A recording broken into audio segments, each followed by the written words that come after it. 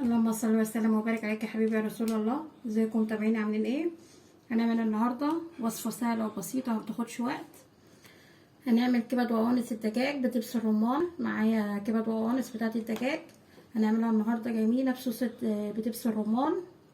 هنعملها بدبس الرمان، ومعايا توم هنا شرايح، ومعايا ملح وكمون وخل وليمون. الخل ده هستخدمه لسلق الكبد والقوانص، مش هيتحط في قلب الخلطه يعني بتاعه الكبد. انا هنا مدبقاهم عندي في الفريزر، كل ما بجيب فرختين 3 اروح مدبقه الكبد بتاعتهم والقوانص. انت بقى يعني ممكن تروح تشتريهم من عند بتاع الفراخ دي، تقول له عايزه نص كيلو عايزه كيلو حسب العدد بتاع الاسره بتاع حضرتك. فانا هنا مدبقاهم بالطريقه دي وغسلاهم وشطفاهم، تغسليها كويس وتنقعيها في ميه وليمون ودقيق، وبيبقوا زي الفل زي ما حضراتكم شايفين معانا كده. هعمل فيهم خطوه قبل ما اشوحهم، انا بحب اعمل الخطوه دي اساسي معايا. هنروح على النار، انا هنا حاطه حله على النار فيها ميه بتغلي. انا بحب اعمل الخطوه دي في الكبد والقوانص، سواء هعملها بدبس رمان، سواء هعملها ببصل وفلفل حر كده وادخل فلفل الوان فيه. انا بحب اعمل الخطوه دي. حط هنا نص معلقه ملح صغيره. اللي قلت لحضراتكم انا مش هستخدمه في الخلطه، بستخدمه هنا. الخطوه دي اساسي معايا في الكبد والقوانص. ممكن تحطي الليمونه دي او قشر الليمونه، كنت لسه عصراها يعني، تدي ريحه حلوه برضو. وهنزل بالقوانص الاول لان القوانص بتاخد سوا اكتر من الكبد. هنزلها كده اسلقها ان هي تستوي معايا. لما اطلع القوانص بقى بنزل بالكبد بقى. الخطوه دي اساسيه معايا يا حبايبي في الكبد والقوانص لما اجي اعملها، لان بتشيل الزفاره بتاعتها زي ما حضراتكم شايفين كده، وبتخلي لونها فاتح بالشكل ده ما شاء الله. شايفين عامله ازاي؟ فلازم من الخطوه دي عشان الزفاره تطلع، لان في ناس كتير ما بتحبش الاكله دي، تقولك لا ما بحبش الزفاره بتبقى عاليه قوي في الكبد والقوانص. الخطوه دي هتخليكي ما تحسيش باي زفاره خالص. وانا عملتيها بقى وكده، خرطتي بصله بقرن فلفل حار بقرن فلفل احمر وشوحتيهم، وخدت الكبد والقوانص بالخطوه دي وطلعتيهم وحطيتيهم عليها، بتبقى طعمها في منتهى الجمال وريحتها زي الفل.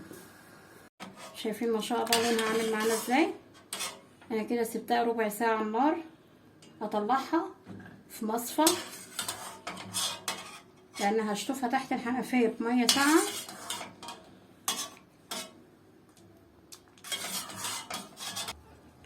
انا كده طلعت القوانص، انزل بالكبد بقى معايا كده بالراحه. الكبد ما بتاخدش سوا قوي زي القوانص، يعني غلوه والتانيه وشيليها.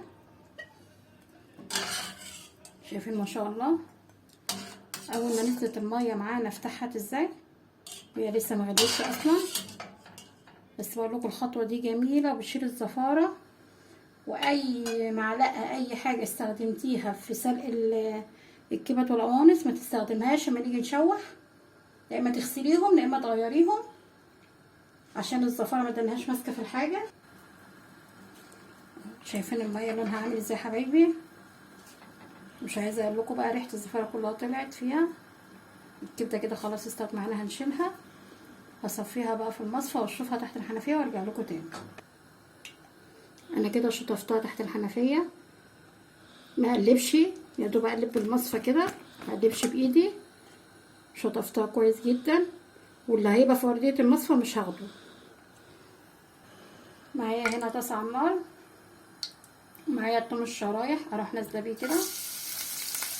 دي بقى اللي بتبس الرمان على اصولها. عايزه انت بقى تحطي بصل وبريان، عايزه تحطي فلفل حار، حسب راحتك يعني.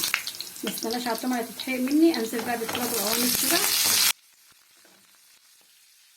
شايفين لونها فتح وجميل ازاي؟ نبدا بقى تقليبه، هي مش هتاخد سوا معانا لان احنا مسويينها في السلق.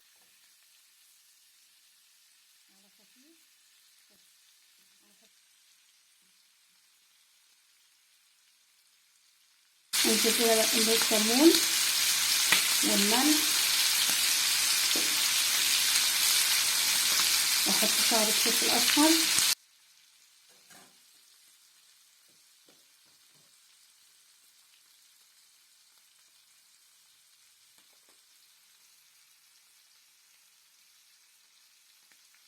نديها تقليبه خفيفه كده. شايفين اللون ده منتهى الجمال.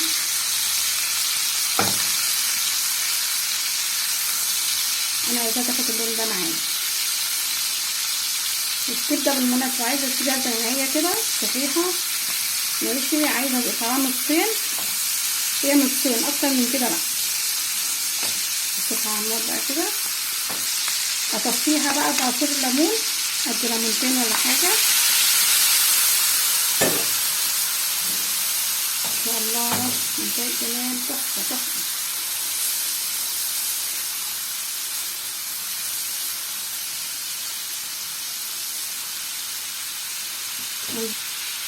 انزل على دبس الرمان ومقعدهاش كتير بقى على النار، يبقى مديالي طعم كده وصفارة كده في منتهى الجمال مع مزازة الليمون. مش عايزه اقول لكم كفايه جمال اللون بتاعها.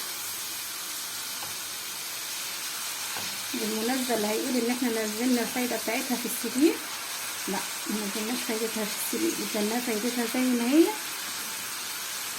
لو نقعتها في اللبن فايدتها اللي بتنزل، الحديد بتاعها اللي بينزل، انما هي في السليق فايدتها ما نزلش. احنا كنا بنشيل الصفاره منها.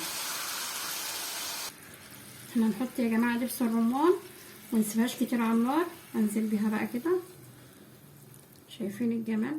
الصوص بتاعها ده بيبقى تحفه في منتهى الجمال.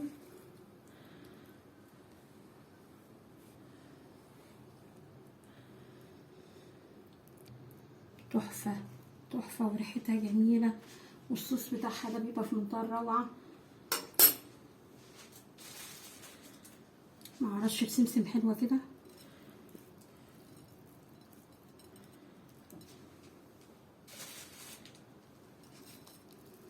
اعملي بالسمسم خضرة كده جميله.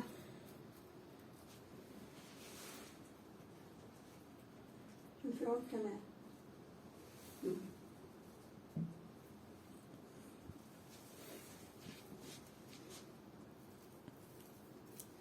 طبق سهل بسيط مخدش وقت معانا. والخطوه اللي انا عملتها الاساسيه اللي هي السلق بتاعتها عشان الزفاره دي بتخلي طعمها تحفه، جنب طبق سلطه طحينه كده في منتهى الجمال. بندوب الطحينه بالليمون والخل وشويه ميه، وبعد كده نحط لها الملح والكمون. بس انا استكفيت بالثوم اللي في الكبد والقوانص، ما رضيتش احط فيها ثوم. حابه تحطي حطي. وطماطم مخلله طبعا عارفينها كلنا بنعملها ازاي. بندق الثوم مع فلفل حار مع ملح وكمون وكزبره ناشفه وليمونه، ونحشيها بالطريقه دي. وعيش بلدي بقى تبقى حاجه كده خطيره في منتهى الجمال. اتمنى ان انتم ما تفوتوش الوصفه دي. وان عجبكم الفيديو متنسوش تعملوا لايك وشير واشتراك في القناه.